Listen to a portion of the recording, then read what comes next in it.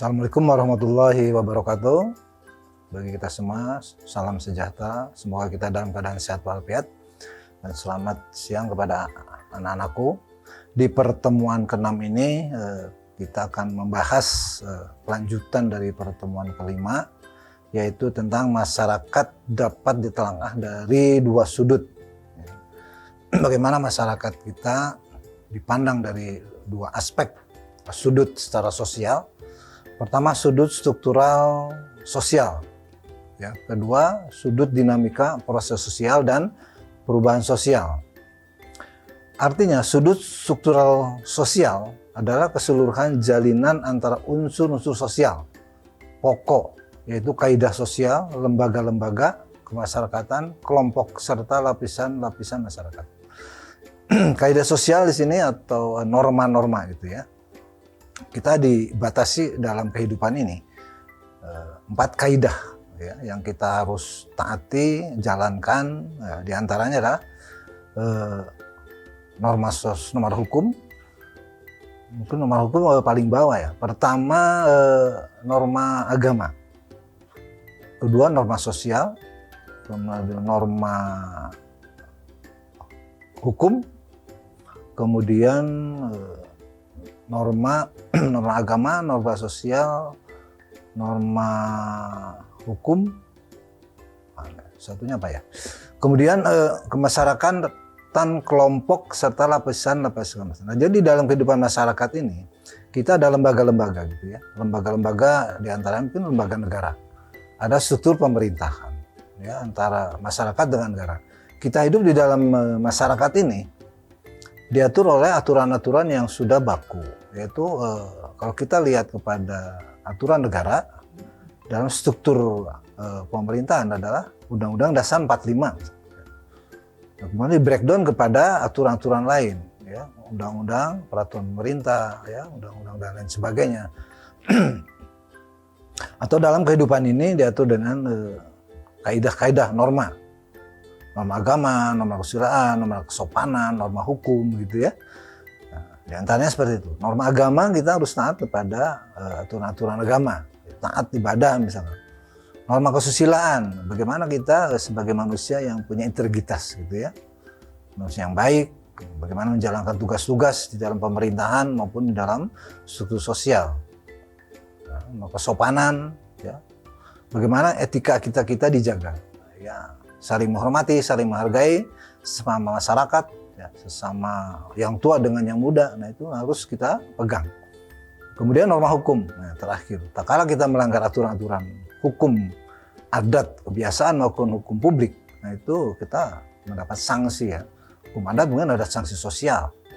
Yang itu mungkin cukup berat juga, ya, walaupun beda dengan hukum publik. Tak kala kita melanggar aturan-aturan publik, yaitu sanksinya pembalasan atau penjara seperti itu ya. Nah, dalam kehidupan lapisan masyarakat, kelompok-kelompok ya, masyarakat itu, nah kita harus mengedepankan ya aturan-aturan, kaidah-kaidah yang saya sebutkan tadi ya, dalam 4 kaidah atau norma ya dalam kehidupan berbangsa dan negara ini gitu.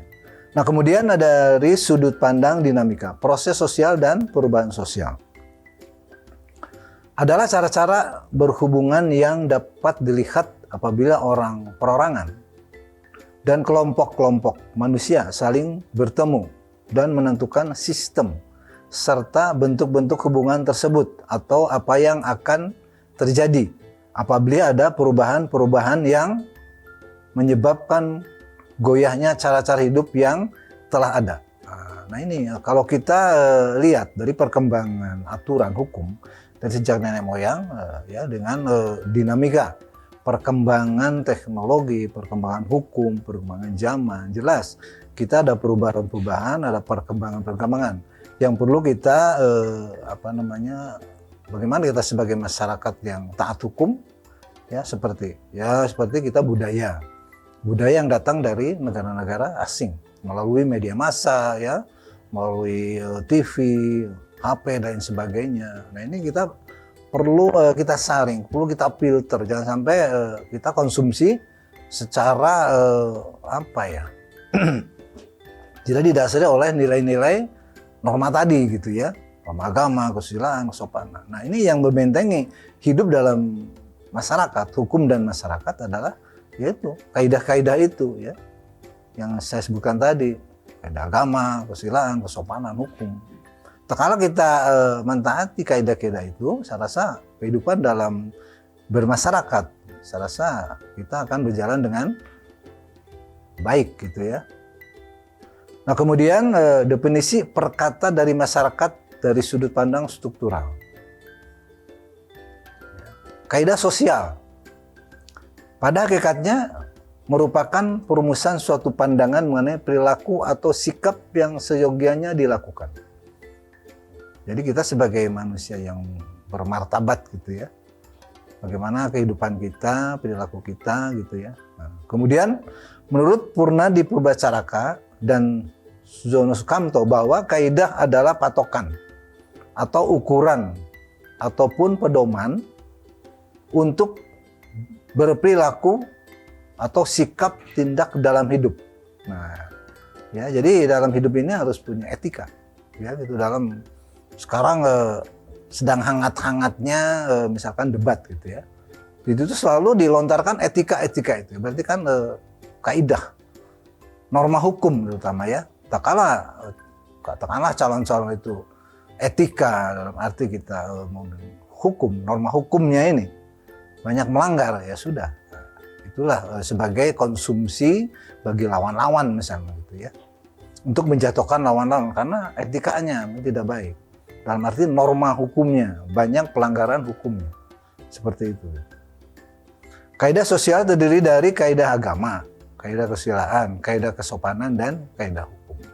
Nah, yang saya katakan tadi, dalam kehidupan ini ada kaidah ya, untuk membentengi, mengatur kehidupan ini di dalam suatu negara yang berdaulat. Ya, dalam kehidupan secara individual, kehidupan interaksi dengan sesama masyarakat, kehidupan interaksi dengan masyarakat dengan negara. Yaitu dibatasi oleh 4 kaidah itu. Kaidah agama mungkin kita bagaimana menjalankan agama secara baik.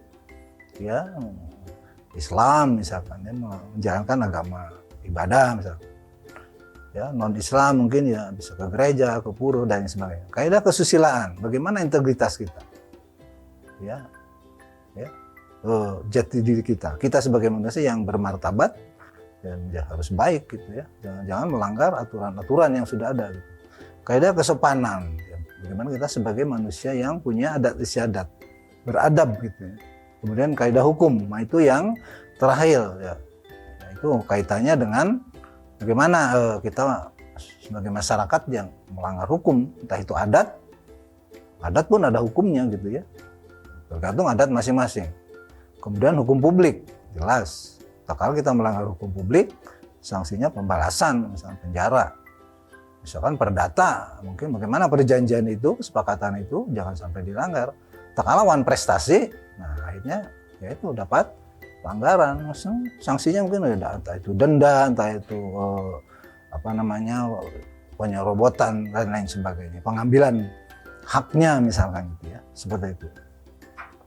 Lembaga kemasyarakatan. Himpunan kaidah dari segala tingkatan yang berkisar pada suatu kebutuhan pokok manusia di dalam hidup bermasyarakat. Kemudian kelompok-kelompok sosial, kesatuan manusia yang hidup bersama dari adanya hubungan di antara mereka. Ya, ini lembaga kemasyarakatan, himpunan kaidah dari segala tingkat yang berkisar pada suatu kebutuhan pokok manusia dalam hidup bermasyarakat. Ya, jadi bagaimana kehidupan pokok itu dalam hidup bermasyarakat itu, yaitu ya sopan santun, etika, moral. Ya, mungkin kalau sekarang populer integritas kita ya. Bagaimana kita hidup dalam masyarakat itu, bergaul, interaksi sama masyarakat gitu kan. Mungkin di dalam negara bagaimana kita berinteraksi dengan negara, pemerintah, jangan sampai melanggar etika. Kemudian kelompok-kelompok sosial. Kesatuan manusia yang hidup bersama dari adanya hubungan di antara mereka. Jadi kita hubungan itu harus harmonis gitu ya, apalagi di dalam negara hukum. bagaimana menjalankan hukum ini secara baik, konsekuen gitu ya. Kemudian lapisan sosial. Perbedaan masyarakat ke dalam kelas-kelas secara bertingkat.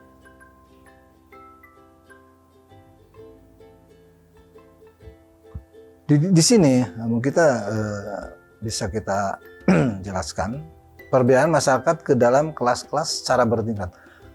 Di dalam masyarakat itu ada tingkatan-tingkatan ya. Kalau mungkin di kerajaan seperti di Bali itu ada tingkatan-tingkatan semacam kelas ya. Ngomongnya kalau kita lihat di dalam kehidupan klaster gitu ya, atau kasta gitu ya. Kalau di Bali ada kasta satu, mungkin kasta paling baik gitu ya, kasta kedua nggak tahu berapa kasta ya. Seperti di India itu ada kasta-kasta ya dalam masyarakat ke dalam kelas-kelas secara. Nah di kita ini sekarang mungkin kelasnya bisa penilaian dari masyarakat masing-masing ya. Kelas masyarakat yang kehidupan ekonominya baik, mungkin si kaya gitu kan misalkan. Masyarakat yang kehidupannya ada di tengah, di bawah. Kemudian masyarakat ada hidupnya di paling bawah gitu ya. Kaya, sedang, miskin. Nah, tapi dalam aturan-aturan itu sebenarnya tidak dibedakan. Hanya dipandang dari sisi pandangan masyarakat aja. Tapi dalam kehidupan sehari-hari, dalam ketaatan terhadap kaidah etika itu sama saja ya. Nggak ada si kaya, si miskin, ya gitu ya. Apa yang dikatakan dalam hukum ya. Setiap warga negara, setiap manusia kedudukannya sama di muka hukum ya, seperti itu. Jadi tidak memandang bahwa si kaya, anak pejabat itu di dalam hukum mungkin akan dimudahkan atau diringankan, tidak juga. Secara konsep tidak juga, tetapi dalam kehidupan sekarang ini, di modernisasi ini, kadang hukum dipolitisasi gitu ya. Apa yang dikatakan dalam filosofi seperti ada hukum tajamnya ke bawah, sedangkan ke atas tumpul. Nah ini yang berbahaya. Hukum berpihak kepada penguasa, hukum berpihak kepada yang berduit. Nah itu berarti hukumnya pincang, hukumnya tidak jalan. Nah ini berarti tidak ada supremasi hukum lagi. Sedangkan kita adalah di dalam Undang-Undang Dasar 45 pasal 1 gitu ya, ayat 1, bahwa Indonesia adalah sebagai negara hukum yang berbentuk republik. Nah, jadi negara hukum yang berbentuk republik presidensial ya, Republik Indonesia. Pemimpinnya dipilih secara demokrasi. Hukumnya dibuat secara demokrasi. Siapa yang membuat hukum? Ya kalau kita lihat dari aturan-aturan perundang-undangan, yang membuat hukum negara kita adalah eksekutif dan legislatif gitu ya. Anggota DPR ya dengan pemerintah. Kalau di kita ya kan ada istilah trias politika ya, eksekutif, legislatif, yudikatif. Cuma di kita trias politikanya tidak murni seperti di Amerika gitu. Kalau di Amerika eksekutif ya menjalankan pemerintahan ya, legislatif yaitu parlemen membuat undang-undang, aturan, yudikatif yang menjalankan hukum. Terpisah, jadi independen gitu ya. Sedangkan kita bagaimana membuat aturan untuk kepentingan masyarakat adalah kerjasama ya antara eksekutif, legislatif gitu ya. Seperti itu. Nah kemudian baru disahkan oleh eksekutif presiden. Nah itulah negara kita ya, sistem presidensial, sistem hukum negara ya. Kita sebagai negara hukum, siapa yang membuat aturan dan hukum adalah negara, pemerintah dan masyarakat. Masyarakat dalam arti legislatif gitu ya, diwakili oleh DPR, lembaga atau senat atau DPR yang dipilih oleh kita selama 5 tahun ya, dalam periodik 5 tahunan memilih eksekutif, legislatif, nah seperti itu. Sedangkan yudikatif yang menjalankan adalah Presiden punya wewenang ya, sebagai kepala negara, hak prerogatif seorang presiden. Nah, seperti itu. Nah, kemudian kita sebagai masyarakat yang punya etika, norma agama ya, empat norma itu. Norma agama, norma kesusilaan, norma kesopanan, norma hukum. Tak kala kita masyarakat yang taat terhadap norma itu, yakin negara ini akan berjalan dengan baik. Negara ini akan berjalan sesuai dengan aturan dan hukum yang ada. Negara ini akan berjalan sesuai dengan apa yang disepakati oleh masyarakat dengan negara. Hukum yang dibuatnya seperti itu. Tapi tak kala hukumnya itu tidak disepakati, tidak ditaati, mengakibatkan kita lepas dari kaidah-kaidah itu. Itulah yang bisa saya sampaikan tentang masyarakat dan hukum, bagaimana kaidah-kaidah kita harus dijalankan dengan sebaik-baiknya. Terima kasih di pertemuan ini, hanya itu yang bisa saya sampaikan. Assalamualaikum warahmatullahi wabarakatuh.